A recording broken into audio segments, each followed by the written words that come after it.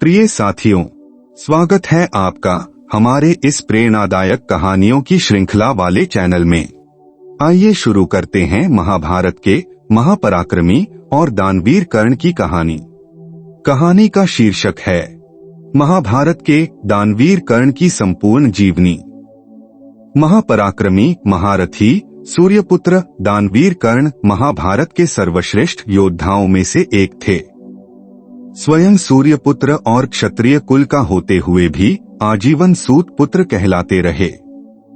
कर्ण ने महाभारत में अपनी अद्वितीय प्रतिभा का प्रदर्शन किया। कर्ण के तुरिन में वाणों के ऐसे भंडार थे जो संसार में दुर्लभ माने जाते हैं।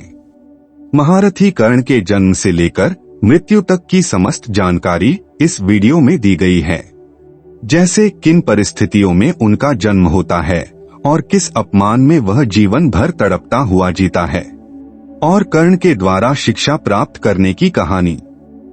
गुरु परशुराम के द्वारा दिया गया शाप आखिरकार उसे वीर गति देने में किस प्रकार सफल हुआ, इन सभी घटनाओं का सविस्तार वर्णन इस वीडियो में उपलब्ध है। वास्तव में कर्ण ही हमारे इस महाकाव्य महाभारत के महानायक है। वेदव्यास द्वारा रचित महाभारत कर्ण और पांडवों के जीवन पर केंद्रित है। कर्ण महाभारत के सर्वश्रेष्ठ धनुर्धारियों में से एक थे। यहाँ तक कि भगवान परशुराम ने स्वयं कर्ण की श्रेष्ठता को स्वीकार किया था। कर्ण 6 पांडवों में सबसे बड़े भाई थे। कर्ण की वास्तविक मां कुंती थीं और कर्ण और उनके 6 भाइयों के धर्मपिता महाराज पांडु थे। कर्ण के वास्तविक पिता भगवान सूर्य थे। कर्ण का जन्म पांडु और कुंती के विवाह के पहले हुआ था। दानवीर कर्ण महाभारत का एकमात्र ऐसा पात्र था जो अपनी पहचान के लिए जीवन भर संघर्ष करता रहा। कर्ण जीवन भर सूत पुत्र यानी सारथी का पुत्र कहलाता रहा। इस अपमान का विष वह जीवन पर्यंत पीने पर विवश था। जीवन भर अर्जुन का वध कर स्वयं को सर्वश्रेष्ठ धनुर्धारी सिद्ध करने की प्रतिज्ञा वह लेता रहा। अंत समय में उसके जीवन की असली पहचान तथा वास्तविक ज्ञान से कर्ण जैसा योद्धा भी विचलित हो गया। भगवान कृष्ण के द्वारा महाभारत युद्ध के आरंभ से पूर्व कर्ण को उसके वास्तविक स्वरूप से परिचय कराना कर्ण के जीवन में तूफान से कम नहीं था। कर्ण को अपने वास्तविक माता पिता से परिचय होता है। वह जिस व्यक्ति का वध करने के लिए दृढ़ प्रतिज्ञ रहता है वह कोई और नहीं उसका छोटा भाई गांडीवधारी धनुर्धर अर्जुन होता है। कर्ण के जीवन में ऋण का मूल्य चुकाना और सत्य के प्रति अपना कर्तव्य निभाना, इन दोनों के बीच पूरे जीवन गहरा द्वंद्व छिड़ा रहता है। कर्ण वास्तव में एक महान योद्धा था और क्षत्रिय रक्त उसके शरीर में प्रवाह हो रहा था। वह कभी भी अपने कर्तव्य और ऋण का मूल्य चुकाने से पीछे हटने वाला नहीं था। सत्य को जानते हुए भी कर्ण ने असत्य के मूर्ति दुर्योधन का साथ दिया, क्योंकि कर्ण दुर्योधन के ऋण से दबा हुआ था। कर्ण दुर्योधन का सबसे अच्छा मित्र था और महाभारत के युद्ध में वह अपने ही भाइयों के विरुद्ध लड़ता रहा। दानवीरता की बात जहां आती है वहां कर्ण का नाम सर्वप्रथम लिया जाता है। कर्ण की दानवीरता उसके युद्ध वीरता से कहीं अधिक श्रेष्ठ थी। कर्ण का नाम दानवीरों में बड़े आदर के साथ लिया जाता है। कर्ण ऐसा दानवीर था जो अपने द्वार पर आए हुए किसी को भी कभी वापस निराश नहीं लौटने देता था। कर्ण को एक आदर्श दानवीर माना जाता है, क्योंकि कर्ण ने कभी भी किसी मांगने वाले को दान में कुछ भी देने से कभी भी मना नहीं किया, भले ही इसके परिणामस्वरूप उसके अपने ही प्राण संकट में क्यों न पड़ गए हों। दानवीरता की पराकाष्ठा देखिए कि कर्ण यह जानते हुए भी कि ब्राह्मण के वेश में स्वयं देवराज इंद्र ने कर्ण से उसके कुंडल और दिव्य कवच मांगे जिसमें कर्ण के प्राण बसते थे। कर्ण ने तनिक भी विलंब न करते हुए अपने प्राण स्वरूप कवच कुंडल देवेंद्र को दान में दे दिया। ऐसा दानवीर युगों युगों में कोई एक होता है। कर्ण की छवि आज भी भारतीय जनमानस में एक ऐसे महायोद्धा की है जो जीवन भर प्रतिकूल परिस्थितियों से लड़ता रहा। बहुत से लोगों का यह भी मानना है कि कर्ण को कभी भी वह सब नहीं मिला जिसका वह वास्तविक रूप से अधिकारी था। तर्कसंगत रूप से कहा जाए तो हस्तिनापुर के सिंहासन का वास्तविक अधिकारी कर्ण ही था, क्योंकि वह कुरु राज परिवार से ही था और युधिष्ठिर और दुर्योधन से ज्येष्ठ था, लेकिन उसकी वास्तविक पहचान उसकी मृत्यु के दिनों तक कर्ण के लिए अज्ञात ही रही। कर्ण को एक दानवीर और महान योद्धा माना जाता है। उन्हें दानवीर और अंगराज कर्ण भी कहा जाता है। महाभारत के महान योद्धा और पराक्रमी कर्ण केवल शूरवीर या दानी ही नहीं थे, अपितु कृतज्ञता, मित्रता, सौहार्द, त्याग और तपस्या का प्रतिमान भी थे। वे ज्ञानी, दूरदर्शी, पुरुषार्थी और नीतिज्ञ भी थे। वे धर्म तत्व भी समझते थे। साथियों, अब बात करते हैं कि कुंती कौन थी और कर्ण का जन्म कैसे हुआ। कुंती का वास्तविक नाम पृथा था। वह राजा शूरसेन की कन्या थी। शूरसेन यदुवंशी थे और वह श्री कृष्ण के पितामह भी थे। कुंती श्री कृष्ण के पिता वसुदेव की बहन थीं, जिसके कारण कुंती भगवान श्री कृष्ण की बुआ कहलाई। महाराज कुंती भोज से कुंती के पिता शूरसेन की मित्रता थी। कुंती भोज को कोई संतान नहीं थी, अतः उन्होंने शूरसेन से पृथा को उसके बाल्यकाल में ही गोद मांग लिया। कुंती भोज ने अपने ही नाम पर पृथा का नाम कुंती रखा और इस तरह कुंती महाराज कुंती भोज के यहाँ बेटी कुंती की तरह रहने लगी। राजा शूरसेन की पुत्री पृथा यानी अब महाराज कुंती भोज की पुत्री कुंती अपने महल में आए सभी महात्माओं की सेवा करती थी। कुंती धर्मपरायण नारी थी जो सदैव सेवा और पुण्य के कार्य करती थी। एक बार कुंती भोज के महल में ऋषि दुर्वासा भी पधारे। उस समय कुंती बाल्यकाल में थी और अविवाहित थी। तब कुंती ने अपने बाल्यकाल में अति क्रोधी महर्षि दुर्वासा की निरंतर 1 वर्ष तक सेवा की थी। कुंती के सेवा भाव से प्रसन्न होकर महर्षि दुर्वासा कुंती से बोले, पुत्री, मैं तुम्हारे सेवा से अत्यंत प्रसन्न हुआ हूँ। मैं तुम्हें आशीर्वाद देना चाहता हूँ। महर्षि दुर्वासा त्रिकालदर्शी थे।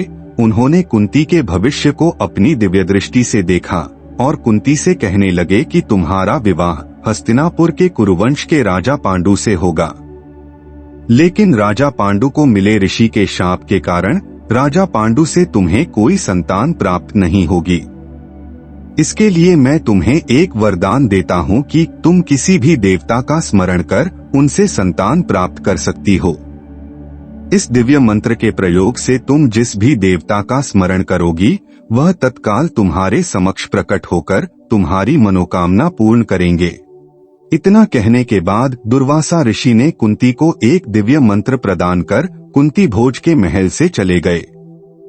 कुंती इस दिव्य मंत्र को पाकर खुश भी थी और विस्मित भी थी। कुछ समय बाद एक दिन कुंती ने कौतूहलवश इस मंत्र के प्रभाव को जांचने के लिए एकांत स्थान पर बैठकर उस दिव्य मंत्र का आह्वान कर सूर्य देव का स्मरण किया।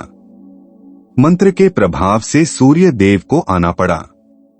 उसी क्षण सूर्य देव वहां प्रकट होकर कुंती से बोले, हे सुंदरी, तुमने मेरा आह्वान किया है। हे देवी, मुझे बताओ कि तुम मुझसे किसकी अभिलाषा करती हो। मैं तुम्हारी अभिलाषा अवश्य पूर्ण करूंगा। कुंती हैरान परेशान हो गई, अब क्या करे। कुंती अपने आप को संभालते हुए सूर्यदेव से कहा, हे देव, मुझे आपसे किसी भी प्रकार की अभिलाषा नहीं है। मैंने मंत्र की सत्यता परखने के लिए जाप किया था। कुंती के इन वचनों को सुनकर सूर्यदेव बोले, हे कुंती, मेरा आना व्यर्थ नहीं जा सकता। मैं महर्षि दुर्वासा के दिव्य मंत्र से बंधा हुआ हूँ, इसलिए मैं इन मंत्रों के प्रभाव से तुम्हें पुत्र प्रदान करने के लिए उपस्थित हुआ हूँ। कुंती घबरा गई। कुंती भय से थरथर कांपने लगी। उसने सूर्यदेव से कहा, मैं अभी अविवाहित हूँ, मैं यह पुत्र कैसे स्वीकार कर सकती हूँ। मैं इस मंत्र का प्रयोग कौतूहलवश किया है। आप मुझे क्षमा करें। सूर्यदेव ने कुंती से कहा, देवी, चूंकि मैं आपके मंत्र के आह्वान के उपरांत उपस्थित हुआ हूँ और साथ ही महर्षि दुर्वासा के दिव्य मंत्र से वचनबद्ध हूँ। सूर्यदेव ने कुंती को आश्वासन देते हुए कहा, मंत्रों का प्रभाव व्यर्थ ना जाए, इसलिए मैं तुम्हें एक अत्यंत पराक्रमी तथा दानशील पुत्र प्रदान करता हूँ। सूर्यदेव कुंती की नाभि को छूकर उसके गर्भ में प्रवेश किया और अपने पुत्र को वहां मंत्रों द्वारा स्थापित किया। इसके बाद सूर्यदेव अंतर्ध्यान हो गए। कुछ समय बाद जब कुंती गर्भवती हो गई, तब लज्जावश यह बात वह किसी से कह नहीं सकी और उसने यह छिपा कर रखा। समय आने पर कुंती ने कवच कुंडल धारण किए हुए एक पुत्र को जन्म दिया, जो जन्म से ही उसके शरीर से चिपके हुए थे। उस दिव्य बालक के मुख पर सूर्य का तेज था। यह दिव्य बालक कोई और नहीं, सूत पुत्र कर्ण, महारथी कर्ण, दानवीर कर्ण के नाम से विख्यात हुआ। चूंकि कुंती अभी भी अविवाहित थी, इसलिए कुंती ने लोक लाज के डर से और मर्यादा की रक्षा करते हुए इस पुत्र को अपने पास लोक निंदा के डर से नहीं रख सकी। कुंती ने तत्काल एक मंजूषा यानी संदूक तैयार करवाया और उसमें इस नवजात बालक को सुरक्षित रखकर गंगा में प्रवाह कर दिया, ताकि कोई व्यक्ति इस बालक का पालन पोषण कर सके। कुछ समय के उपरांत कुंती का विवाह हस्तिनापुर के राजा पांडु से हुआ। सभी जानते हैं कि माता कुंती के 5 पुत्र थे, जिनका नाम युधिष्ठिर, भीम, अर्जुन, नकुल एवं सहदेव है। मंत्रों के प्रभाव से कुंती ने अपने 3 पुत्रों को जन्म दिया, जिसमें धर्मराज युधिष्ठिर, पवन पुत्र भीम तथा देवराज इंद्र का पुत्र अर्जुन पैदा हुआ। नकुल और सहदेव कुंती की सौतन माद्री के पुत्र थे। माद्री पांडु की दूसरी पत्नी थी, जो पांडु के मृत्यु के पश्चात सती हुई थी। लेकिन कुंती का एक और पुत्र था, वो था महापराक्रमी कर्ण, जिसे कुंवारी कुंती ने अपने विवाह के पूर्व जन्म में शिशु का जन्म के समय ही त्याग दिया था। वह बालक गंगा में बहता हुआ एक किनारे से लगा। उसी किनारे पर धृतराष्ट्र का सारथी अधिरथ अपने अश्व को जल पिला रहा था। उसकी दृष्टि मंजूषा में रखे इस शिशु पर पड़ी। अधिरथ ने उस बालक को उठा लिया और अपने घर ले आया। अधिरथ निसंतान था। अधिरथ की पत्नी का नाम राधा था। राधा और अधिरथ उस बालक को अपने पुत्र के समान पालन करने लगा। उन्होंने उसे वासुसेन नाम दिया। उस बालक के कान बहुत ही सुंदर थे और उसके कान में कुंडल भी लगा था, इसलिए उसका नाम कर्ण भी रखा गया। इस सूत दंपति ने कर्ण का पालन पोषण किया था, इसलिए कर्ण को सूत पुत्र कहा जाता है, तथा राधा ने उसे पाला था, इसलिए उसे राधेय भी कहा जाता है। इसके पालक पिता अधिरथ रथ संचालन करते थे। कर्ण का पालन पोषण चंपा नगरी में हुआ था, जो वर्तमान में बिहार राज्य के भागलपुर जिले में है। गंगा नदी के किनारे एक व्यापारिक केंद्र था। जब हम कर्ण के युद्ध कला की बात करते हैं, तो कर्ण संसार में सर्वश्रेष्ठ और निपुण था। राधेय यानी कर्ण जन्म से ही दिव्य गुणों के साथ जन्मा था। किशोरावस्था से ही कर्ण युद्ध कला में पारंगत थे। युवावस्था से ही कर्ण की रुचि अपने पिता अधिरथ के समान रथ चलाने की बजाय युद्ध कला में अधिक थी। एक दिन उनके पिता अधिरथ कर्ण को गुरु द्रोणाचार्य के पास ले गए, जो उस समय के सर्वश्रेष्ठ वीर योद्धाओं में से एक थे। गुरु द्रोणाचार्य सिर्फ कुरु वंश के राजकुमारों और क्षत्रियों को ही शिक्षा देते थे, जिसके चलते उन्होंने सूत पुत्र कर्ण को शिक्षा देने से इनकार कर दिया। क्योंकि कर्ण एक सारथी का पुत्र था और गुरु द्रोण सिर्फ क्षत्रियों को ही शिक्षा देते थे। परंतु महाभारत ग्रंथ के अनुसार सर्वप्रथम गुरु द्रोणाचार्य ने ही कर्ण को शस्त्र विद्या की शिक्षा दी और प्रशिक्षित किया। कर्ण द्रोणाचार्य से ब्रह्मास्त्र और दिव्यास्त्र का प्रयोग भी सीखना चाहता था, लेकिन गुरु द्रोण को कर्ण की उत्पत्ति के संबंध में कुछ मालूम नहीं था, इसलिए उन्होंने कर्ण को ब्रह्मास्त्र की शिक्षा नहीं दी। गुरु द्रोण ने कर्ण को दिव्यास्त्र नहीं दिए, केवल अर्जुन को दिव्यास्त्र प्रदान किए। गुरु द्रोणाचार्य ने ब्रह्मास्त्र की शिक्षा लेने के लिए किसी और गुरु का चयन करने के लिए कहा। इस पर कर्ण ने द्रोणाचार्य से कई प्रश्न किए, जैसे क्या शिक्षा धर्म और जाति देख कर दी जाती है? क्या देवी सरस्वती किसी बालक का जाति या धर्म देखती है? किंतु द्रोणाचार्य ने एक न सुनी। राज परिवार तथा क्षत्रिय कुल के प्रति अपनी विवशता जाहिर करते हुए शिक्षा देने से इनकार कर दिया। तभी कर्ण ने गुरु द्रोणाचार्य के पुत्र को कुटिया में बैठे देखा। यह बालक चक्रव्यूह की रचना का अध्ययन कर रहा था। कर्ण ने तत्काल उस बालक की ओर इशारा करते हुए पूछा, यह बालक कौन है? द्रोणाचार्य ने उत्तर दिया, यह मेरा पुत्र अश्वत्थामा है। कर्ण का सीधा सा जवाब था, ना तो यह राजकुल का बालक है और ना ही ये क्षत्रिय है, फिर भी इसे शिक्षा दी जा रही है। मेरे साथ ऐसा भेदभाव क्यों? यह कहते हुए कर्ण द्रोणाचार्य के आश्रम से अपने लिए सर्वश्रेष्ठ गुरु की तलाश में निकल गया। अब बात करते हैं कि कर्ण ने कैसे अपने सर्वश्रेष्ठ गुरु परशुराम की तलाश की। कर्ण द्रोणाचार्य के आश्रम से अपमानित होकर अपने लिए सर्वश्रेष्ठ गुरु की तलाश में निकल गया। सर्वोच्च युद्ध कला सीखने के लिए कर्ण गुरु परशुराम से मिले, जो केवल ब्राह्मणों को ही शिक्षा देते थे। कर्ण की तलाश सर्वश्रेष्ठ गुरु परशुराम के रूप में हुई। परशुराम को गुरु के रूप में पाकर कर्ण काफी उत्साहित था। यह जानकर कि परशुराम ब्राह्मणों को ही शिक्षा देते हैं, कर्ण ने स्वयं को एक ब्राह्मण अर्थात ब्रह्मा ज्ञान को जानने वाला बताया।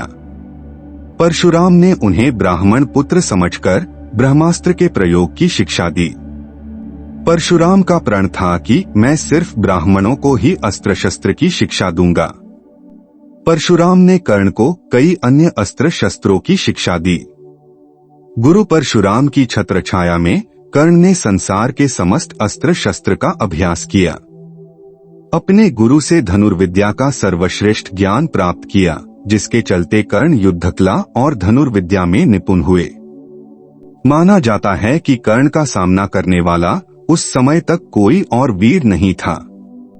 गुरु द्रोणाचार्य ने अपने प्रिय शिष्य अर्जुन को सर्वश्रेष्ठ धनुर्धारी का आशीर्वाद दिया था। कहा जाता है कि द्रोणाचार्य ने अर्जुन को सर्वश्रेष्ठ बनाए रखने के लिए एकलव्य जैसे धनुर्धारी का अंगूठा लेने से भी पीछे नहीं हटे। अब कर्ण की शिक्षा अपने अंतिम चरण पर थी। एक दिन जंगल में कहीं जाते हुए परशुराम जी को थकान महसूस हुई। दोपहर की बात है। उन्होंने कर्ण से कहा कि वे थोड़ी देर सोना चाहते हैं। कर्ण ने उनका सिर अपनी गोद में रख लिया। गुरु परशुराम कर्ण की जंघा पर सिर रखकर विश्राम कर रहे थे। कुछ देर बाद कहीं से एक बिच्छू आया और कर्ण की दूसरी जंघा पर काट कर घाव बनाने लगा। गुरु का विश्राम भंग ना हो इसलिए कर्ण बिच्छू को दूर न हटाकर उसके डंक को सहता रहा। रक्त की धारा बह निकली। जब रक्त ने परशुराम के शरीर को स्पर्श किया तो कुछ देर में गुरु परशुराम की निद्रा टूटी और उन्होंने देखा कि कर्ण की जांघ से बहुत रक्त बह रहा है। उन्होंने कहा कि केवल किसी क्षत्रिय में ही इतनी सहनशीलता हो सकती है कि वह बिच्छू डंक को सह ले, ना कि किसी ब्राह्मण में। कर्ण के इस कार्य को देखकर वह प्रसन्न भी हुए, लेकिन उन्होंने कर्ण से पूछा कि तुमने इस कीड़े को हटाया क्यों नहीं? इस दर्द को क्यों सहते रहे? कर्ण ने सरल सा जवाब दिया, मेरा ऐसा करने से आपकी नींद भंग हो जाती, ऐसा पाप मैं नहीं कर सकता था। अब परशुराम समझ चुके थे यह कोई साधारण बालक नहीं है। परशुराम ने कहा, किसी ब्राह्मण में इतनी सहनशीलता नहीं हो सकती है। तुम जरूर कोई क्षत्रिय हो, सच सच बताओ। तब कर्ण ने सब सच बता दिया। तत्काल परशुराम क्रोधित हो गए, तुमने मुझसे क्षत्रिय होने की बात छुपाई और मुझसे समस्त शिक्षा ग्रहण किया। क्रोधित परशुराम ने कर्ण को उसी समय शाप दिया कि तुमने जो भी विद्या सीखी है वह झूठ बोलकर सीखी है, इसलिए जब भी तुम्हें इस दी हुई शिक्षा की सर्वाधिक आवश्यकता होगी, उस दिन वह तुम्हारे काम नहीं आएगी। तभी तुम इसे भूल जाओगे। कोई भी दिव्यास्त्र का उपयोग नहीं कर पाओगे।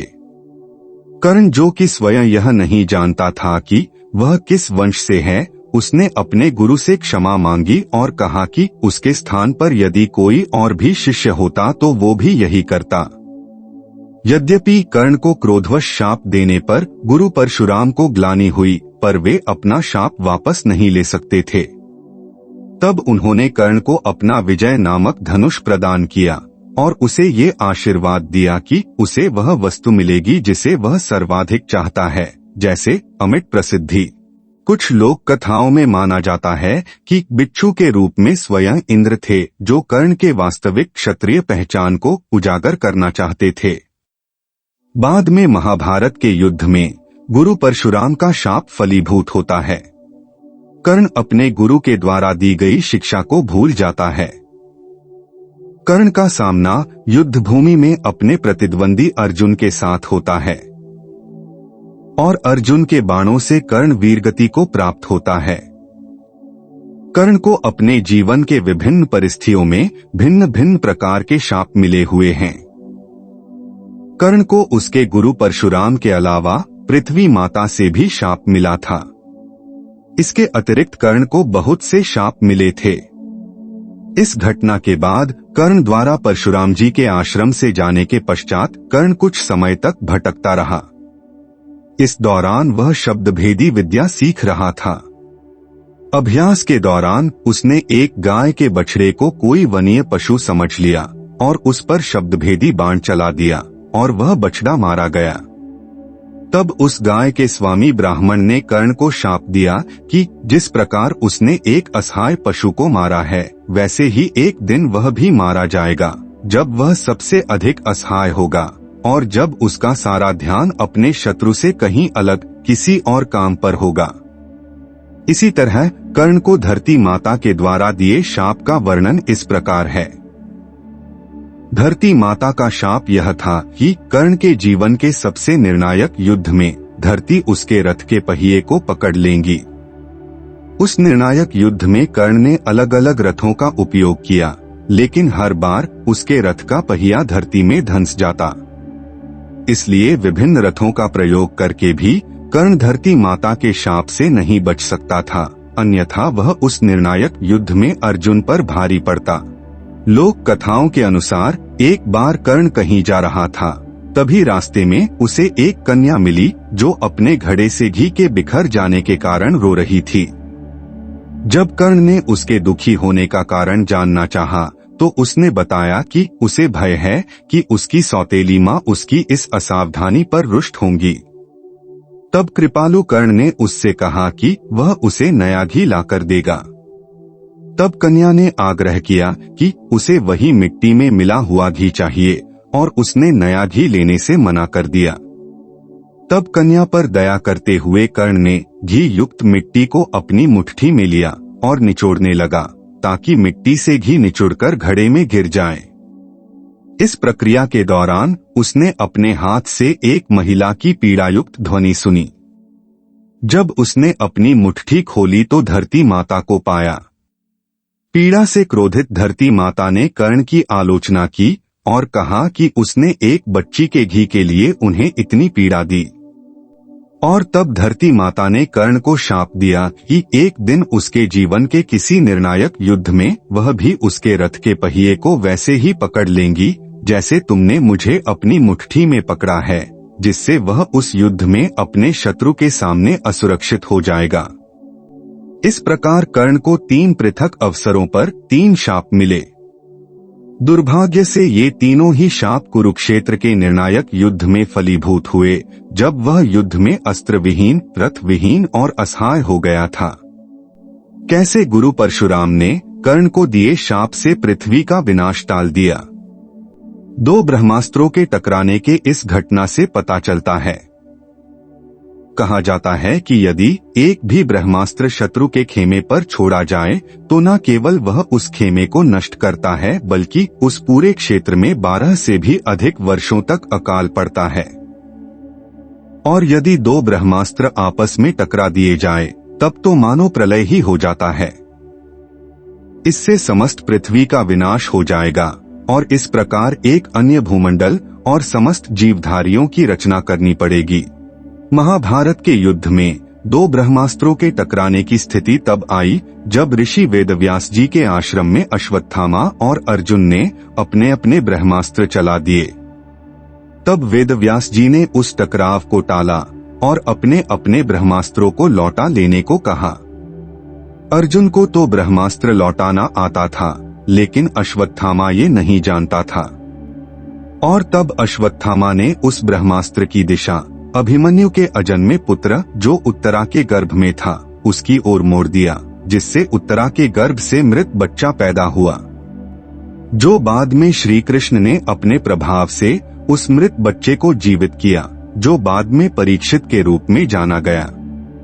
चूंकि कर्ण गुरु परशुराम के शाप के कारण ब्रह्मास्त्र चलाना भूल गया था, नहीं तो वह युद्ध में अर्जुन का वध करने के लिए अवश्य ही अपना ब्रह्मास्त्र चलाता और अर्जुन भी अपने बचाव के लिए अपना ब्रह्मास्त्र चलाता और पूरी पृथ्वी का विनाश हो जाता। इस प्रकार गुरु परशुराम ने कर्ण को शाप देकर पृथ्वी का विनाश टाल दिया। अब चर्चा करते हैं कि कर्ण का वैवाहिक जीवन कैसा था। अंगराज कर्ण के विवाह का विवरण शांति पर्व में उल्लेख है। शांति पर्व महाभारत का 12वां पर्व है। इसके अनुसार कर्ण ने कई विवाह किए थे। कर्ण ने अपने पिता की इच्छा को पूर्ण करते हुए वृषाली नामक एक सूद पुत्री से विवाह किया। वृषाली को वृषाली भी कहा जाता है। कर्ण ने दूसरी विवाह भी की थी। उनकी दूसरी पत्नी का नाम सुप्रिया है। सुप्रिया को ही पद्मावती माना जाता है। वेदव्यास के महाभारत के अनुसार सुप्रिया वृषकेतु की मां मानी जाती है। उरुवी एक ऐसी पात्र है जो अंगराज से गंधर्व विवाह किया था। कर्ण और उरुवी का पुत्र धनुजय था। वर्षा राजा रज्यसेन की पुत्री और कर्पजोत साम्राज्य की राजकुमारी थी। कर्ण और वर्षा का विवाह एक प्रेम कहानी के रूप में बताया गया है। रत्नमला कर्ण और उनकी महारानी वर्षा की पुत्री है। कर्ण ने वर्षा की बहन गीता से भी विवाह की थी। इस तरह सभी पत्नियों से कर्ण को 10 पुत्र प्राप्त हुए और एक पुत्री प्राप्त हुई। कर्ण के सभी संतानों के नाम इस प्रकार हैं: सुदामा, वृषसेन, चित्रसेन, सत्यसेन, सुषेण, शत्रुंजय, द्विपाता, बनसेन, प्रसेन और वृषकेतु और पुत्री रत्नमला। कर्ण के पुत्र पिता की भांति ही महावीर और महारथी थे। इन्होंने अनेक राज्यों में अपनी राजधानी स्थापित की और राजकाज का निर्वाह किया। उनके 9 पुत्रों ने महाभारत के युद्ध में प्रतिभाग लिया। महाभारत युद्ध में कर्ण के 4 पुत्र अर्जुन द्वारा मारे गए, जो सुदामा, वृषसेन, शत्रुंजय और द्विपाता थे। इनमें 3 पुत्र चित्रसेन, सुषेण व सत्यसेन नकुल द्वारा मारे गए। बानसेन का वध भीम और प्रसेन का वध सात्यकी द्वारा हुआ था। इस तरह कर्ण के 9 पुत्र महाभारत युद्ध में ही मारे गए। वृषकेतु एकमात्र ऐसा पुत्र था जो जीवित था। युद्ध के दौरान कर्ण की मृत्यु के पश्चात वृषाली भी कर्ण की चिता पर ही सती हो गई थी। अब बात करते हैं कि रणभूमि में कर्ण और दुर्योधन की मित्रता कैसे हुई। गुरु द्रोणाचार्य से कौरव तथा पांडव गुरुकुल की समस्त शिक्षा ग्रहण कर चुके थे। गुरु द्रोणाचार्य ने अपने शिष्यों की शिक्षा पूरी होने पर हस्तिनापुर में शिक्षा का प्रदर्शन हेतु एक रंगभूमि का आयोजन करवाया, ताकि रंगभूमि में समाज और राज परिवार अपने पुत्रों के अस्त्र शस्त्र की शिक्षा का, उसकी कुशलता का परिचय देख सके। महाराज धृतराष्ट्र, महामंत्री विदुर, पितामह भीष्म और समस्त राज्य परिवार तथा समाज के लोग रंगभूमि में अपने अपने स्थान पर आ बैठे। एक एक करके सभी राजपुत्र अपने शिक्षा की कुशलता का प्रदर्शन करने लगे। दुर्योधन और भीम ने अपनी गदा के कुशल प्रयोग का प्रदर्शन किया। युधिष्ठिर ने भाला, नकुल और सहदेव ने तलवार तथा भाले का प्रदर्शन किया। अन्य राजकुमार भी अपने अपने युद्ध कौशल का प्रदर्शन रंगभूमि में कर रहे थे।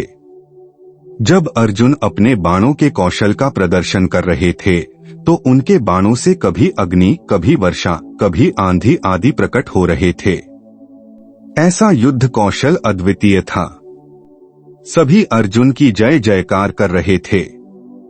रंगभूमि में अर्जुन विशेष धनुर्विद्या युक्त शिष्य प्रमाणित हुआ।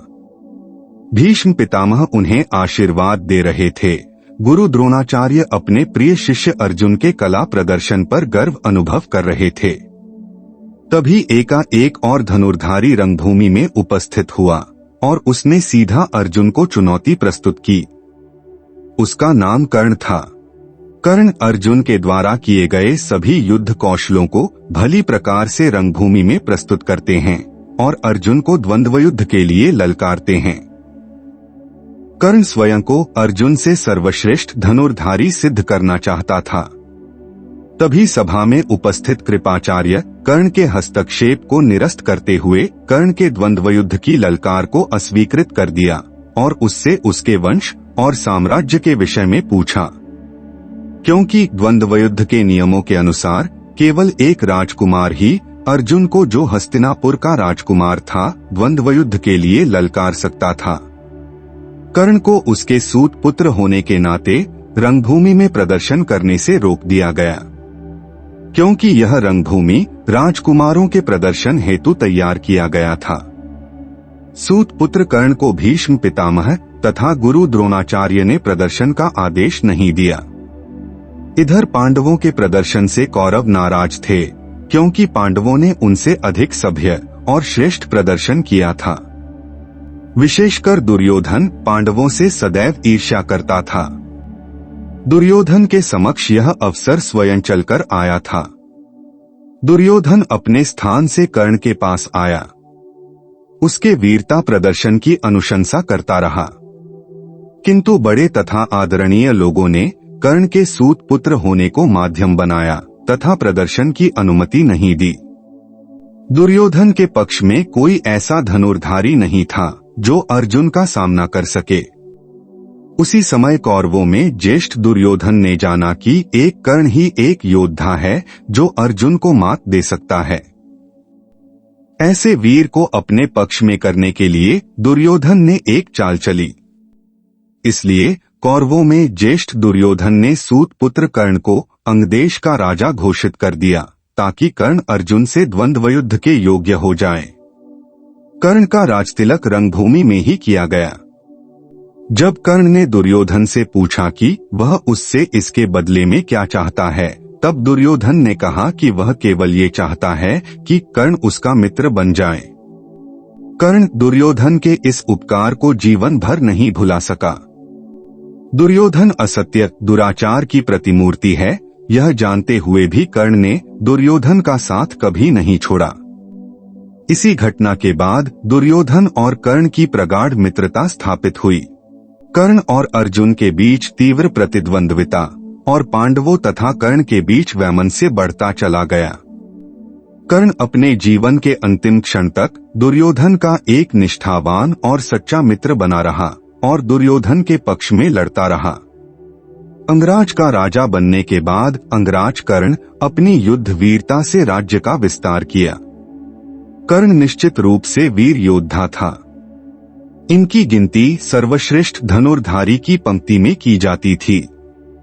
दुर्योधन द्वारा अंग देश का राजा घोषित किए जाने पर कर्ण अब क्षत्रिय हो चुका था। अंगराज कर्ण ने अपने बाहुबल का परिचय देते हुए अंग देश की सीमा का विस्तार करता है। कर्ण दुर्योधन को पृथ्वी का सम्राट बनाने का कार्य अपने हाथों में लेता है।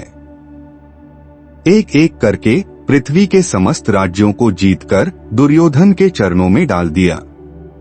परास्त राजाओं से ये वचन लिया कि वह हस्तिनापुर महाराज दुर्योधन के प्रति निष्ठावान रहेंगे, अन्यथा युद्ध में मारे जाएंगे। कर्ण लगभग सभी लड़ाइयों में सफल रहा। कोई भी राजा कर्ण के वीरता और उसके साहस से अनभिज्ञ नहीं था। अनगिनत राजाओं ने कर्ण से वैर मोल लेना उचित न समझा, अपना राजमुकुट कर्ण को सौंप दिया। अपने सैन्य अभियानों में कर्ण ने कई युद्ध छेड़े और असंख्य राज्यों और साम्राज्यों को आज्ञा पालन के लिए विवश कर दिया, जिनमें प्रमुख राज्य हैं कंबोज, शक, केकय, अवंती, गंधार, मद्र, त्रिगत, तंगन, पांचाल, विदेह, सुहमस, अंग, वंग, निषद, कलिंग, वत्स, अश्मक, ऋषिक और बहुत से अन्य, जिनमें म्लेच्छ और वनवासी लोग भी हैं। ऐसा करके अंगराज कर्ण ने पृथ्वी के लगभग समस्त राज्यों को जीतकर अपने मित्र दुर्योधन को सौंप दिया। इसी पड़ाव में जरासंध और कर्ण के बीच युद्ध की कहानी का वर्णन आता है। चित्रांगद की राजकुमारी और वसंतराज की राजकुमारी से विवाह करने में भी कर्ण ने दुर्योधन की सहायता की थी। अपने स्वयंवर में उसने दुर्योधन को अस्वीकार कर दिया और तब दुर्योधन उन दोनों को बलपूर्वक उठाकर ले गया। कर्ण ने कलिंग की रानी भानुमति का दुर्योधन से विवाह करने में सहायता की थी, जब दुर्योधन स्वयंवर के दौरान राजकुमारी का अपहरण कर लेते हैं। तब वहां उपस्थित अन्य राजाओं ने दुर्योधन का पीछा किया, लेकिन कर्ण ने अकेले ही उन सबको परास्त कर दिया। उस समय कर्ण ने ही उन सभी सैनिकों से युद्ध लड़ा था, जिसमें शिशुपाल, दंतवक्र, साल्व, भीष्मका, वक्रा, कपोटार्मन, नीला, रुक्मी, श्रृंगा, अशोक, सतधनवान इत्यादि महान शासकों को अंगराज कर्ण ने बुरी तरह पराजित किया। उसके बाद मगध के राजा जरासंध ने कर्ण को युद्ध करने के लिए चुनौती दी, जिसके चलते कर्ण और जरासंध के मध्य कुश्ती हुई, जिसमें कर्ण ने जरासंध को पराजित कर दिया। कर्ण से पराजित होने के बाद जरासंध ने कर्ण को मालिनी राज्य भेंट स्वरूप दिया। उस विजय से कर्ण बहुत लोकप्रिय हुए। मालिनी राज्य के सिंहासन पर बैठने के बाद कर्ण ने एक शपथ ली कि मेरे दरबार से कोई भी व्यक्ति खाली हाथ नहीं जाएगा। बहुत बाद में भीम ने श्री कृष्ण की सहायता से जरासंध को परास्त किया था। कर्ण ने ही जरासंध की इस दुर्बलता को उजागर किया था कि उसकी मृत्यु केवल उसके धड़ को पैरों से चीरकर 2 टुकड़ों में बांटकर हो सकती है। भीम द्वारा जरासंध को बार बार धड़ से अलग करने पर भी जरासंध का शरीर जुड़ जा रहा था। तभी श्री कृष्ण के कहने पर भीम ने जरासंध के शरीर के 2 हिस्सों को अलग अलग विपरीत दिशा में फेंक दिया, जिसके बाद जरासंध की मृत्यु हो पाई। आगे चर्चा करते हैं कि कर्ण का चरित्र कैसा था, उसका व्यक्तित्व कैसा था, कैसे वह अंगराज कर्ण से दानवीर कर्ण बना। क्या है कर्ण की दानवीरता की कहानी? क्या सचमुच में कर्ण ब्रह्मांड का सबसे बड़ा दानवीर बना? आइए जानते हैं कर्ण के कुछ चरित्र और व्यक्तित्व के बारे में। सूत पुत्र कर्ण एक उदारवादी और दानवीर योद्धा थे, जिसके चलते वह नित्य कर्म सूर्य भगवान की पूजा अर्चना करते थे। आस्था के प्रति विश्वास रखते हुए कर्ण धर्म के प्रत्येक कर्मकांडों को पूर्ण रूप से करते थे। अंगराज का राजा बनने के पश्चात कर्ण ने घोषणा किया कि दिन के समय जब वह सूर्य देव की उपासना करता है, उस समय यदि कोई उससे कुछ भी मांगेगा तो वह मना नहीं करेगा और मांगने वाला कभी खाली हाथ नहीं लौटेगा। कर्ण की इसी दानवीरता का महाभारत के युद्ध में इंद्र और माता कुंती ने लाभ उठाया। कर्ण जितना बड़ा योद्धा था, उससे ज्यादा वह दानवीर था। अपने पास आए हुए याचक को वह कभी निराश नहीं लौटने देता था। कर्ण के दानवीरता की कहानी विश्व विख्यात थी। सूत पुत्र अंगराज कर्ण को कैसे मालूम हुआ वह माता कुंती का पुत्र है? एक बार की बात है, पांडवों की ओर से अंतिम शांति दूत बनकर श्री कृष्ण हस्तिनापुर आए थे। उन्होंने समस्त उपाय करके इस संभावी युद्ध को टालने का पुरजोर प्रयत्न किया। दुर्योधन और उसके पिता धृतराष्ट्र महत्वाकांक्षी थे। दोनों ने श्री कृष्ण की बातों पर विशेष ध्यान नहीं दिया। अंत में श्री कृष्ण ने पांडवों की ओर से सिर्फ 5 गांव की मांग की। दुर्योधन ने सुई की नोक बराबर भी जमीन न देने की बात कहते हुए श्री कृष्ण की अवहेलना की। दरबार से निराश लौटने का अर्थ था कि युद्ध का होना निश्चय हो गया था। अब कुरुक्षेत्र में सेनाओं का आमने सामने आना ही बाकी था। दुर्योधन के साथ शांति वार्ता के विफल होने के पश्चात श्री कृष्ण जब पांडवों के पास वापस लौट रहे थे तो राह में कर्ण से मुलाकात होती है, जो दुर्योधन का सर्वश्रेष्ठ योद्धा और घनिष्ठ मित्र था। श्री कृष्ण कर्ण से वार्तालाप करते हैं, उसे वास्तविक धर्म और अधर्म में भेद बताते हैं। कर्ण पूर्व से ही जान रहा था कि श्री कृष्ण धर्म के पक्ष में है और मैं स्वयं कर्ण अधर्म के पक्ष में हूँ। वह यह जानते हुए भी कि अधर्म की ओर स्वयं खड़ा है, फिर भी वह दुर्योधन की ओर से युद्ध करने का निश्चय कर चुका था। कर्ण दुर्योधन के ऋण तले दबा हुआ था। सच्चा क्षत्रिय किसी भी वचन तथा ऋण का सदैव पालन करता है, चाहे उसकी मृत्यु क्यों न हो जाए। कर्ण भी दुर्योधन के प्रति वचनबद्ध था। दुर्योधन जिस ओर भी रहता उसके लिए कर्ण के प्राण सदैव हाजिर रहते। अंत में हारकर श्री कृष्ण ने कर्ण के वास्तविक माता पिता का परिचय बताया कि वह सूत पुत्र नहीं अपितु क्षत्रिय है, उसकी माता उच्च कुल की है। कर्ण ने अपनी माता का नाम जानने के लिए श्री कृष्ण से अनुरोध किया, जिस पर कृष्ण ने कर्ण को बताया कि वह 5 वीर योद्धाओं का बड़ा भाई है, माता कुंती उसकी वास्तविक माता है।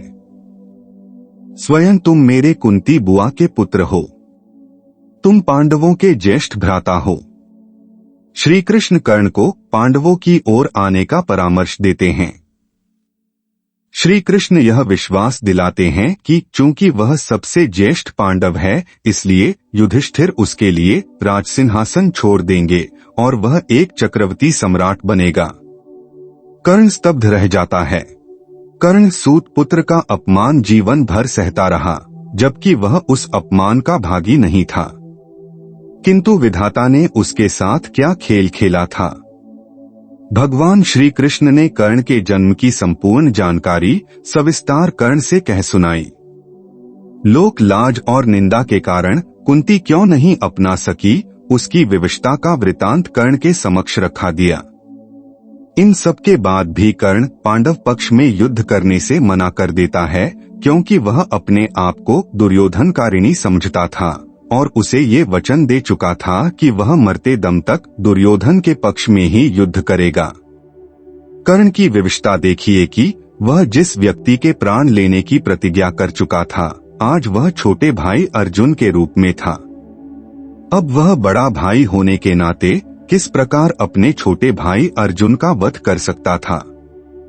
अंत में कर्ण ने श्री कृष्ण से आग्रह किया कि आप पांडवों को मेरे विषय में कुछ नहीं बताएंगे। अगर आपने युधिष्ठिर को यह बता दिया कि मैं उसका बड़ा भाई हूँ, तो वह कभी भी स्वयं राजा नहीं बनेगा। वह बड़े से बड़ा राज्य का मुकुट भी मेरे चरणों में डाल देगा और स्वयं मैं उस मुकुट को अंग देश के मुकुट के बदले दुर्योधन को सौंप दूंगा, जिससे उस मुकुट का अपमान होगा। अतः आप मेरे और पांडवों के बीच के संबंध को गुप्त ही रखें। तब भगवान श्री कृष्ण कुछ उदास हो जाते हैं, लेकिन कर्ण की निष्ठा और मित्रता की प्रशंसा करते हैं और उसका यह निर्णय स्वीकार करते हैं और उसे ये वचन देते हैं कि उसकी मृत्यु तक वह उसकी वास्तविक पहचान गुप्त रखेंगे। अब प्रश्न उठता है कि क्या कभी माता कुंती और कर्ण आपस में मिले? तो इसका उत्तर है हाँ। अगला प्रश्न उठता है कि दोनों माता कुंती और कर्ण कब मिले, किस परिस्थिति में मिले? क्या कर्ण खुद माता कुंती से मिले या माता कुंती कर्ण से मिली? क्या माता कुंती की ममता बेटे कर्ण से मिलने को विवश हो गईं? माता कुंती अपने पुत्र कर्ण को रंगभूमि में देखकर पहचान गई थी। कर्ण दिव्य कवच कुंडल के साथ जन्मा था, जो उसकी पहचान थी, किंतु भय और लज्जा के कारण वह कर्ण से कभी अपनी माता होने का भेद नहीं खोला। जब श्री कृष्ण ने कुंती को यह बताया कि उसने कर्ण को आपके विषय में समस्त बातें बता दी है, तब माता कुंती को बेटे कर्ण से मिलने की तीव्र इच्छा होती है। महाभारत का युद्ध निकट था, तब माता कुंती हिम्मत जुटाकर कर्ण से मिलने के लिए उसके शिविर में जाती हैं और उसे उसकी वास्तविक पहचान का ज्ञान करवाती हैं। वह उसे बताती हैं कि वह उनका पुत्र है और ज्येष्ठ पांडव है। वह उससे कहती हैं कि वह स्वयं को कौन्तेय यानी कुंती पुत्र कहे, ना कि राधेय राधा पुत्र। तब कर्ण उत्तर देता है कि वह चाहता है कि सारा संसार उसे राधेय के नाम से जाने, ना कि कौन्तेय के नाम से। कुंती अपने ज्येष्ठ पुत्र कर्ण को अनेक प्रकार से समझाने का प्रयत्न करती है। वह अपने भाइयों के विरुद्ध शस्त्र न उठाएं, स्वयं अपने भाइयों के पक्ष में होकर उनके अपमान और न्याय के लिए युद्ध करें। कुंती उसे कहती हैं कि वह पांडवों की ओर हो जाए और वह उसे राजा बनाएंगे। तब कर्ण कहता है कि बहुत वर्ष पूर्व उस रंगभूमि में यदि उन्होंने उसे कौन्तेय कहा होता तो आज स्थिति बहुत भिन्न होती, पर अब किसी भी परिवर्तन के लिए बहुत देर हो चुकी है और अब ये संभव नहीं है। कर्ण माता कुंती के आदेश पर चाहते हुए भी कुछ कर नहीं सकता था। वह आगे कहता है कि दुर्योधन उसका मित्र है और उस पर बहुत विश्वास करता है। वह उसके विश्वास को धोखा नहीं दे सकता। कर्ण की विवशता थी, वह दुर्योधन के ऋण से दबा हुआ था। दुर्योधन ने कर्ण का उस समय साथ दिया जब रंगभूमि में उसे सूत पुत्र कहकर उपहास किया जा रहा था। दुर्योधन ही एक ऐसा व्यक्ति था जिसने उसे अपना मित्र बनाकर अंग देश का राजा घोषित किया। दुर्योधन ने मेरे सूत पुत्र होने का दाग धोया था। तब से कर्ण दुर्योधन का ऋणी हो गया था। उसके प्राण दुर्योधन के अधीन हो गए थे। दुर्योधन चाहे कितनी भी कुटिल चालें चले, असत्य के मार्ग पर चले, वह दुर्योधन का ही साथ देगा। कर्ण के प्राण हमेशा के लिए दुर्योधन के लिए न्योछावर है।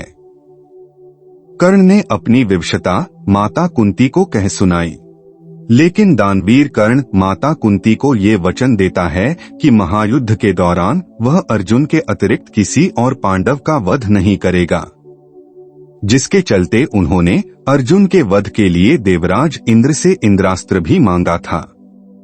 कर्ण और अर्जुन दोनों ने ही एक दूसरे का वध करने का प्रण लिया होता है और इसलिए दोनों में से किसी एक की मृत्यु तो निश्चित है। वह कहता है कि उनके कोई भी 5 पुत्र जीवित रहेंगे, 4 अन्य पांडव और उसमें या अर्जुन में से कोई एक। कर्ण अपनी माता से निवेदन करता है कि वह उनके संबंध और उसके जन्म की बात को उसकी मृत्यु तक रहस्य रखे।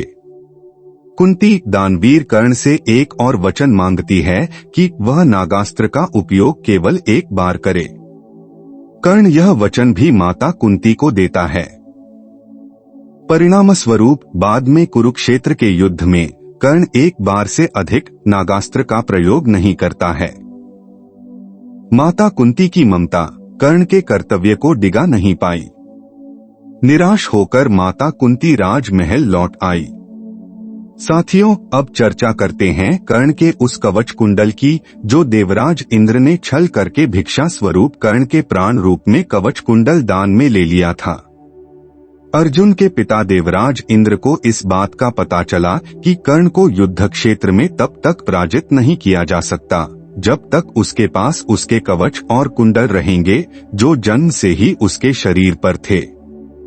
इसलिए इंद्र ने एक योजना बनाई और प्रण किया कि वह कर्ण को कवच और कुंडल के साथ युद्ध क्षेत्र में नहीं जाने देंगे। सूर्योदय के बाद जब कर्ण सूर्य देव की पूजा कर रहा होगा तब उस समय एक भिक्षुक बनकर कर्ण से कवच कुंडल दान में मांग लेंगे। सूर्यदेव देवराज इंद्र की इस योजना के बारे में कर्ण को सावधान भी करते हैं, लेकिन वह उन्हें धन्यवाद देकर कहता है कि उस समय यदि कोई उससे प्राण भी मांग ले तो वह मना नहीं करेगा। तब सूर्यदेव कहते हैं कि यदि वह स्ववचनबद्ध है तो वह देवराज इंद्र से अमोघास्त्र मांग ले। महाभारत के युद्ध के बीच कर्ण के सेनापति बनने से एक दिन पूर्व अपनी योजनानुसार देवराज इंद्र साधु के भेष में कर्ण के पास पहुँचे। प्रातःकाल सूर्योदय के बाद जब कर्ण सूर्य देव की आराधना कर रहे थे तब देवराज इंद्र साधु के भेष में कर्ण के समक्ष प्रकट होते हैं और दान के रूप में कर्ण से उसके कवच कुंडल मांग लेते हैं, क्योंकि यदि ये कवच कुंडल कर्ण के ही पास रहते तो उसे युद्ध में परास्त कर पाना असंभव था। और इंद्र अपने पुत्र अर्जुन की सुरक्षा को ध्यान में रखते हुए कर्ण से इतनी बड़ी भिक्षा मांग ली।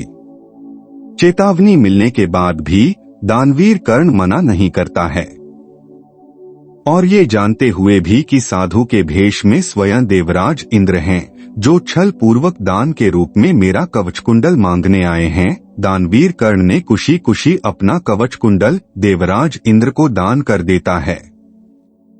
तब कर्ण की इस दानप्रियता पर प्रसन्न होकर देवराज इंद्र कर्ण को बदले में कुछ मांग लेने के लिए कहते हैं, लेकिन कर्ण यह कहते हुए मना कर देते हैं कि दान देने के बाद कुछ मांग लेना दान की गरिमा के विरुद्ध है। इससे दान का भाव समाप्त हो जाता है। इस प्रकार कर्ण देवराज इंद्र से कुछ नहीं मांगा, किंतु इंद्रदेव के सम्मान और प्रतिष्ठा पर प्रश्न था कि वह किसी सामान्य व्यक्ति से दान ले और उसके बदले कुछ ना दे। कर्ण से इतना सुनने के बाद देवराज इंद्र ने दानवीर कर्ण को अपना एक शक्तिशाली अमोघ बाण दिया, जिसका प्रयोग एक बार किया जा सकता था। यह बाण अपने लक्ष्य को किसी भी प्रकार से भेदन करने में सक्षम था। उसके बाद अचानक देवराज इंद्र अंतर्ध्यान हो जाते हैं। अब आ गया महाभारत के युद्ध का वह समय जब कर्ण को वीरगति प्राप्त होती है। युद्ध पराक्रमी और दानवीर कर्ण की मृत्यु कैसे हुई, आइए जानते हैं उस घटना को। महाभारत का युद्ध आरंभ होने से पूर्व भीष्म ने, जो कौरव सेना के प्रधान सेनापति थे, कर्ण को अपने नेतृत्व में युद्ध क्षेत्र में भागीदारी करने से मना कर दिया। यद्यपि दुर्योधन उनसे निवेदन करता है, लेकिन वे नहीं मानते। और फिर कर्ण 10वें दिन भीष्म के घायल होने के पश्चात 11वें दिन ही युद्ध भूमि में आ पाता है। अब कर्ण युद्ध में अपना युद्ध कौशल दिखाता है। युद्ध करते हुए कर्ण को दूसरा दिन हो जाता है, लेकिन अब महाभारत युद्ध का 13वां दिन हो जाता है। 13वें दिन के युद्ध में कौरव सेना के प्रधान सेनापति गुरु द्रोणाचार्य द्वारा युधिष्ठिर को बंदी बनाने के लिए चक्रव्यूह की रचना की गई। पांडव पक्ष में केवल श्री कृष्ण और अर्जुन ही चक्रव्यूह भेदना जानते थे, लेकिन उस दिन उन्हें त्रिगर्त नरेश बंधु युद्ध करते करते चक्रव्यूह स्थल से बहुत दूर ले गए। इसके अलावा केवल अर्जुन पुत्र अभिमन्यु को ही चक्रव्यूह में प्रवेश करना आता था, लेकिन उससे निकलना नहीं, जिसे उसने तब सुना था जब वह अपनी माता के गर्भ में था और उसके पिता अर्जुन उसकी माता को यह विधि समझा रहे थे और बीच में ही उनकी माता को नींद आ गई। लेकिन जैसे ही अभिमन्यु ने चक्रव्यूह में प्रवेश किया, सिंधु नरेश जयद्रथ ने प्रवेश मार्ग रोक लिया और अन्य पांडवों को भीतर प्रवेश नहीं करने दिया। तब शत्रुचक्र में अभिमन्यु अकेला पड़ गया। अकेला होने पर भी वह वीरता से लड़ा और उसने अकेले ही कौरव सेना के बड़े बड़े योद्धाओं को परास्त किया। कर्ण और दुर्योधन ने गुरु द्रोण के निर्देशानुसार अभिमन्यु का वध करने का निर्णय लिया। कर्ण ने बाण चलाकर अभिमन्यु का धनुष और रथ का एक पहिया तोड़ दिया, जिससे वह भूमि पर गिर पड़ा और अन्य कौरवों ने उस पर आक्रमण कर दिया। इस युद्ध में अभिमन्यु मारा गया। अब आता है युद्ध के 14वें दिन की रात्रि। 14वें दिन का युद्ध अविलक्षण रूप से सूर्यास्त के बाद तक चलता रहा और भीमपुत्र घटोत्कच बड़े पैमाने पर कौरव सेनाओं का संहार करता रहा। दुर्योधन ने कर्ण से इसे रोकने का निवेदन किया। कर्ण को विवश होकर देवराज इंद्र द्वारा दिया गया अमोघास्त्र घटोत्कच पर चलाना पड़ा, जिससे घटोत्कच की मृत्यु हो गई। लेकिन कर्ण इस अस्त्र का प्रयोग केवल एक बार कर सकता था, जिसके बाद यह अस्त्र इंद्र के पास लौट गया। इस प्रकार कर्ण ने इंद्र द्वारा दिया गया अमोघास्त्र का प्रयोग घटोत्कच पर करके अर्जुन को मारने का मौका गवा दिया। अब आता है महाभारत युद्ध का 15वां दिन। इस दिन द्रोणाचार्य के मरणोपरांत कर्ण को मुख्य सेना नायक नियुक्त किया गया। कर्ण के सारथी रूप में नकुल सहदेव के मामा मद्र देश के राजा शल्य थे। पांडवों और कौरवों के बीच निरंतर घमासान युद्ध चल रहा था। दोनों ओर से एक एक करके वीर योद्धाओं के शरीर युद्ध भूमि में धराशायी हो रहे थे। कौरवों की ओर से भीष्म पितामह, आचार्य द्रोण, कृपाचार्य जैसे महारथी वीरगति को प्राप्त हो चुके थे। पांडवों की ओर से भी अनेक महारथी वीरगति को प्राप्त हुए थे।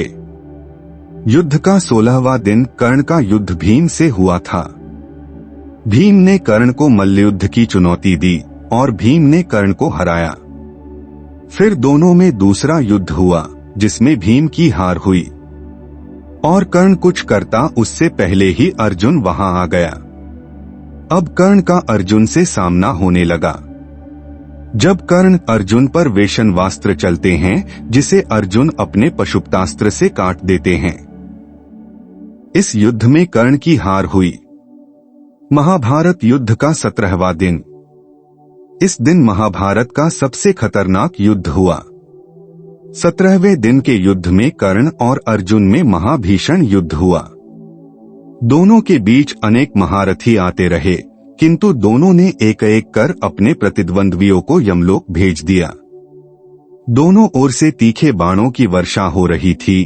कोई तीखे नागों के बाण चलाता तो कोई अग्निवर्षा करता। इस प्रकार दोनों ओर से घमासान युद्ध चल रहा था। अर्जुन जहां पीछे हटने वाला नहीं था, वही कर्ण भी अर्जुन से कम नहीं था। तभी कर्ण का एक बाण अर्जुन का मुकुट हवा में उछालता हुआ निकल गया। अर्जुन कर्ण के इस व्यवहार से काफी क्रोधित हुआ। अर्जुन ने दुगुनी रफ्तार से कर्ण पर बाणों की वर्षा शुरू की। इस युद्ध में कर्ण और अर्जुन दोनों ही एक दूसरे पर महाअस्त्र का प्रयोग कर रहे थे कि तभी धरती माता के शाप के कारण कर्ण के रथ का पहिया जमीन में धंस जाता है और कर्ण उसे निकाल नहीं पा रहा था। कर्ण अपने रथ के कारण लाचार रणभूमि में युद्ध करने में असमर्थ हो जाता है। वह अपने रथ के पहिए को जमीन से निकालने का भरसक प्रयास करता है, किंतु आज काल उसके रथ पर सवार था। अब वह धीरे धीरे अपने दैवीय अस्त्रों के प्रयोग करने में असमर्थ हो जाता है, जैसा कि उसके गुरु परशुराम का शाप था। तभी उसे अपने गुरु परशुराम के दिए हुए शाप का आभास होता है। वह निरंतर अपनी विद्या को भूलता जा रहा था, फिर भी जी जान से युद्ध भी कर रहा था और इस तरह धीरे धीरे कर्ण अपनी समस्त विद्याओं को भूल गया। उस समय कर्ण अपने रथ के पहिए को निकालने के लिए नीचे उतरता है और अर्जुन से आग्रह करता है कि वह युद्ध के नियमों का पालना करते हुए कुछ देर के लिए बाण चलाना बंद कर दे। तभी श्री कृष्ण ने अर्जुन से कहा कि कर्ण को कोई अधिकार नहीं है कि वह अब युद्ध नियमों और धर्म की बात करे, क्योंकि अभिमन्यु के वध के समय कर्ण ने भी किसी भी युद्ध नियम और धर्म का पालन नहीं किया था। तब कहा गया था कर्ण का धर्म जब उसने दिव्यजन्मा द्रौपदी, जिसका जन्म हवन कुंड से हुआ था, को पूरी कुरु राजसभा के समक्ष वैश्या कहा था। इतना सुनकर अर्जुन ने कहा कि कर्ण अभी ब्राह्मण परशुराम के शाप अनुसार असहाय है, इसलिए वह बाण नहीं चलाएगा। तभी भगवान श्री कृष्ण ने अर्जुन से कहा, इस निर्णायक मोड़ पर अभी कर्ण को नहीं मारा गया तो संभवतः पांडव उसे कभी भी नहीं मार सकेंगे और यह युद्ध कभी भी नहीं जीता जा सकेगा। तब आखिर में अर्जुन ने एक दैवीय अस्त्र अजनलिकास्त्र का उपयोग करते हुए कर्ण का सिर धड़ से अलग कर दिया। कर्ण के शरीर के भूमि पर गिरने के बाद एक ज्योति कर्ण के शरीर से निकली और सूर्य में समाहित हो गई और इस तरह महापराक्रमी दानवीर कर्ण का दर्दनाक अंत हो गया। प्रिय साथियों, इस तरह यह कहानी यहीं समाप्त होता है। मुझे पूरी उम्मीद है कि यह प्रेरणादायक कहानी आपको जरूर अच्छी लगी होगी। साथ ही आपको यह कहानी कितना मोटिवेट किया, कृपया कमेंट के माध्यम से अवश्य बताएं। साथ ही अपनी राय भी दें जिससे हमें इस दिशा में मार्गदर्शन मिले। आपके किसी भी प्रश्न एवं सुझावों का स्वागत है। आपका कीमती समय देने के लिए दिल से शुक्रिया। और अंत में एक आग्रह है कि कृपया आप इस वीडियो को लाइक करें, शेयर करें और सब्सक्राइब जरूर करें।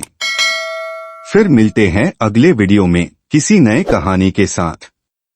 तब तक के लिए जय हिंद, जय सनातन।